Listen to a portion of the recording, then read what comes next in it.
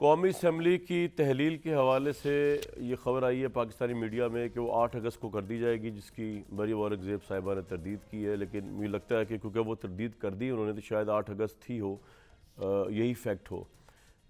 ये नीयत जो शहबाज शरीफ ने जिस नीयत का इजहार किया कल के जलसे में भी कि 90 डेज़ में इलेक्शन होंगे, मुद्दत पूरी करने से पहले सहमी हम तोड़ देंगे, ये इंडिकेट करती है बहुत से लोगों को कि सब कुछ पीडीएम के मुवाफिक होने के बावजूद पीडीएम फौरी इलेक्शन से घबराई हुई है। पाकिस्तान तहरीक इंसाफ टूट फूट का शिकार है, इसका जिम्मेदार और कोई नहीं, पाकिस्तान तहरीक इंसाफ खुद है। लेकिन इसके बावजूद पीडीएम फौरी इलेक्शन से घबराई हुई है। इस वक्त हालात टोटली मुवाफिक हैं। नवाज शरीफ साहब बड़े आराम से आकर केसेस को फेस भी कर सकते हैं और अपनी इलेक्शन कैंपेन को लीड भी कर सकते हैं अगर फौरी इलेक्शन हो जाते हैं। लेकिन इसके बावजूद ऐसे ही लग रहा है कि पीडीएम बहुत ज़्यादा घबराई हुई है फौरी तौर पे इलेक्शन से। पीडीएम का कहना ये है कि हमने तो बड़े कारनामे किए हैं और इस मुल्क को इकनॉमिक बेल आउट दिया है और पता नहीं इकनॉमिक डिप्रेशन से निकाल दिया है, पाकिस्तान को बैंकरप्सी से बचा लिया। लेकिन इसके बावजूद जो है वो फौरी इलेक्शन नहीं चाहते कि अगर इतने अच्छे कारनामे किए हैं, वो कहते हैं कि नहीं अभी ज़रा आराम से इलेक्शन हो, 90 दिन गुजर जाएँ। तो ये तमाम इलेक्शन का पूरा केयर टेकर सेटअप पीडीएम के हाथ में है। राजा रियाज उनके हाथ में मुबैना तौर पर, क्योंकि राजा रियाज पीएमएलएन से इलेक्शन लड़ने की ख्वाहिश का इजहार कर चुके हैं, तो उनके अपोजिशन लीडर होने की उस तरह जो है वो पॉइंट ऑफ व्यू की बहुत से लोगों के नज़दीक इंपॉर्टेंस नहीं होगी। वही होगा जो पीडीएम की जमातें चाहेंगी और वही केयर टेकर प्राइम मिनिस्टर, वही केयर टेकर सीएम आ जाएंगे। इसके बावजूद पीडीएम इतनी घबराई हुई है इलेक्शन से बादी नज़र में कि फौरी इलेक्शन वो फिर भी नहीं चाहते। वो कहते हैं आराम से 90 दिन में इलेक्शन हो। ये तमाम चीज़ें वजाहत तलब है कि इलेक्शन पाकिस्तान में फौरी तौर पे होगा या नहीं होगा। पीडीएम की गवर्नमेंट की घबराहट की असल वजह अपनी पुअर परफॉर्मेंस है, पैथेटिक परफॉर्मेंस है, या फिर अभी भी पाकिस्तान तहरीक इंसाफ उनको लगती है कि मेजर पावर पुलर है और इलेक्शन में जो है जितनी भी इस्तेहकाम पार्टियां बन जाएँ, जितनी भी केपी में बन जाए पैट्रियट्स की पार्टी, वोट बैंक जो है वो तहरीक इंसाफ के चेयरमैन का ही है। तो ये चीज़ अभी वजाहत तलब है कि इस घबराहट की वजह क्या है, या ये वजह है कि चीफ जस्टिस की डेट रिटायरमेंट की वो चाह रहे हैं, या प्रेसिडेंट भी सितंबर में चले जाएंगे उसके बाद इलेक्शन हो। ये तमाम चीज़ें वजाहत तलब है। जो चीज़ वजाहत तलब नहीं है वो पीटीआई का जवाल वजाहत तलब नहीं है, वो बिल्कुल रोज़े रोशन की तरह यहाँ है।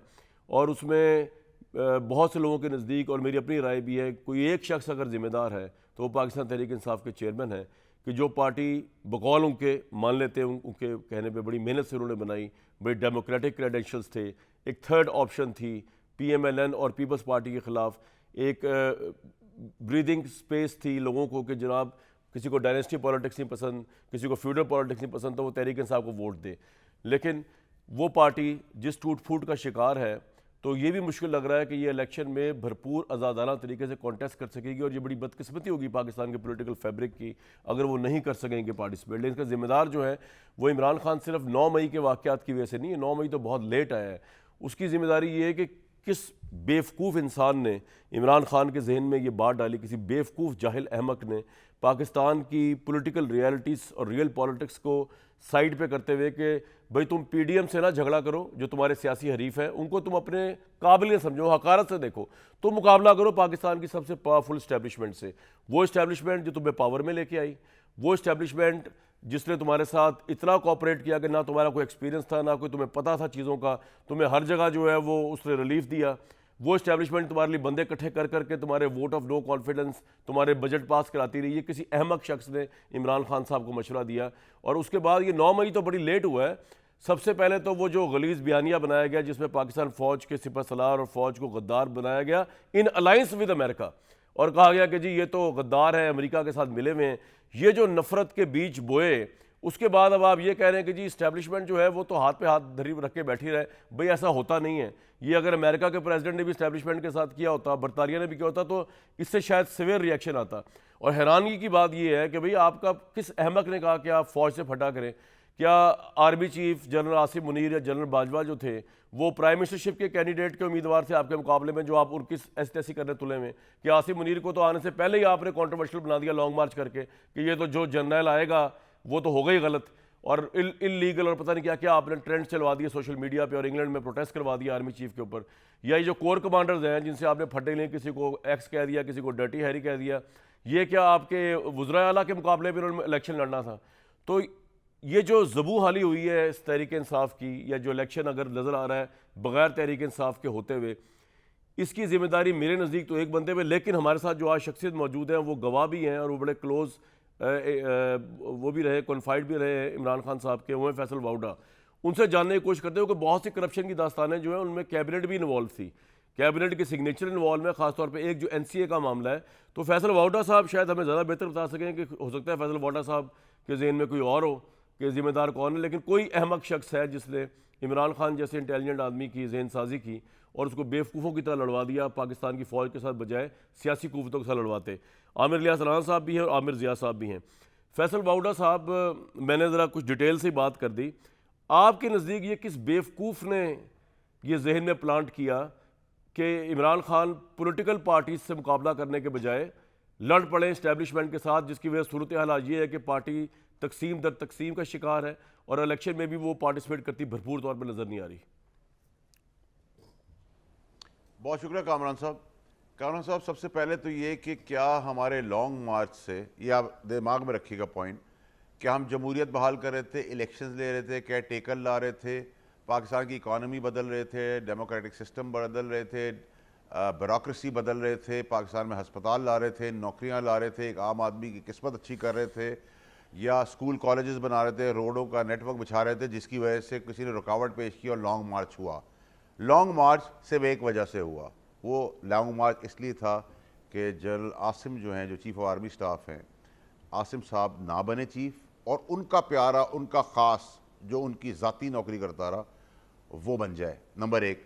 दूसरी चीज़, अरशद शरीफ का बेहमाना प्लान्ड कत्ल हुआ, उस कत्ल के बाद उसको एक्सीडेंटेड आइडेंटिटी करके बन गया, उसके टाइमिंग्स, उसका कत्ल के फ़वाइद और फ़ायदे किस किस को होने थे, इन दोनों लॉन्ग मार्च को और अरशद शरीफ के कत्ल को और कत्ल करवाने की साजिश को जोड़ें तो पूरा मुद्दा आपको क्लियर हो जाता है। और एक हफ्ते का ये सारा काम है, जिसको 100 साल भी हो जाएंगे तो ये हमारे कानून और हमारे जो दलाइल दलील वो ठीक है, लेकिन फैसल भाई मुझे एक बात बताए ना कि आप बड़े क्लोज रहे इमरान खान के, ये किस अहमक ने उनकी जहन साजी की कि बजाय सियासी कुव्वतों के मुकाबला करने के वो उस फौज के साथ जो कि इतनी न्यूट्रल हो चुकी थी कि पंजाब में वफाक की हुकूमत छिनने के बावजूद इमरान खान ने पंजाब में वज़ीर आला इंस्टॉल कर लिया इलेक्शन जीत के, तो वो अगर न्यूट्रल ना होती इस्टेब्लिशमेंट तो ये तो एक सीट ही वहाँ जीत सकते थे जो 15 सीटें जीती है 20 में से। किस अहमक ने ये जहन साजी की इनकी? अच्छा, ये बताए ना मुझे, उसका नाम बताएं। कामरान शाहिद साहब, उसके लिए भी मुझे 1 मिनट दे दीजिएगा। जी जी, आप 2 मिनट लें। साइफर झूठा दिखाया गया, साइफर झूठा दिखाया गया कि अमेरिका की साजिश है, फिर वो अमेरिका की साजिश नहीं हुई, उन्होंने खुद ही कहा अमेरिका की साजिश नहीं है।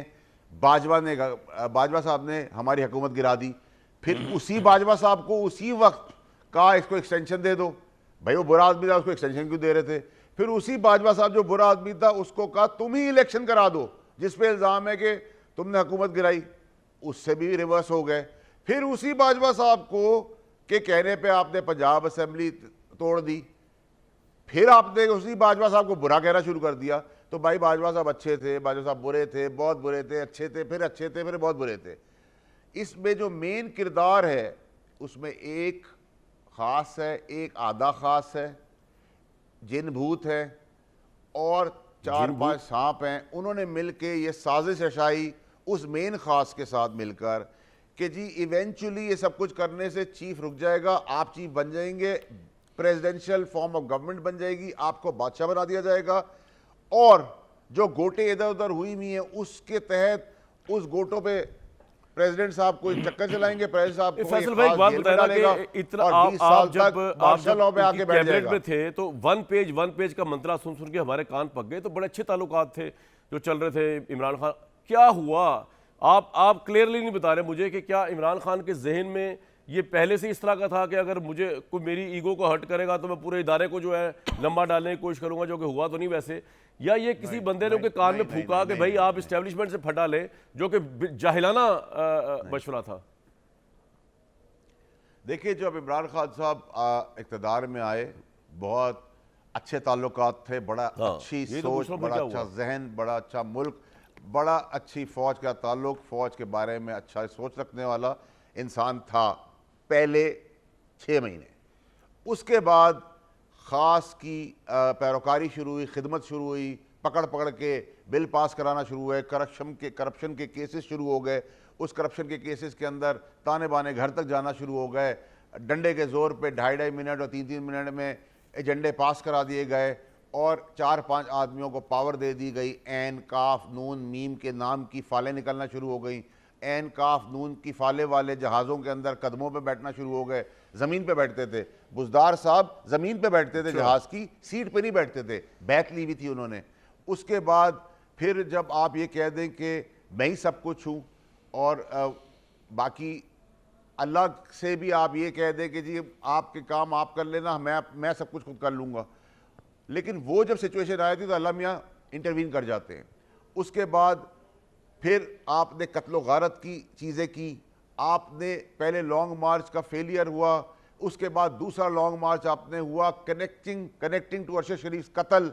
उस कत्ल के साथ ही, उसके नमाज जनाजा के साथ ही एक बोर्ड लगता है ट्रक के ऊपर, ट्रक चलना शुरू होता है, ट्रक के नीचे लोग मरना शुरू हो जाते हैं, लेकिन लॉन्ग मार्च नहीं रुक रही। लॉन्ग मार्च में इलेक्शन मेरा सवाल फिर वही है फैसल भाई, ये सब इमरान खान किसके कहने पे कर रहे थे या अपने उनका ज़हन चल रहा था इस तरह चलने का?